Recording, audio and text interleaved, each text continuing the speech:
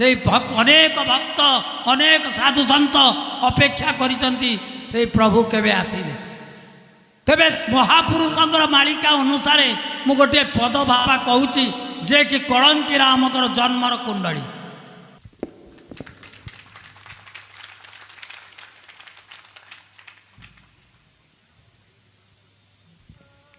बैशाख शुक्ल द्वितीया रे प्रभु जन्म हेबे भक्तंक हित जनमे कलंकी नाम बहिबे।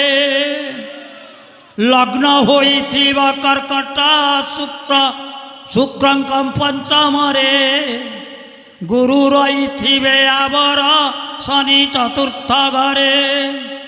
रविचंद्र आउ मंगल उंचरे थिबे रही आउ ग्रह शुभ स्थान रे रहिथिबे अनाई।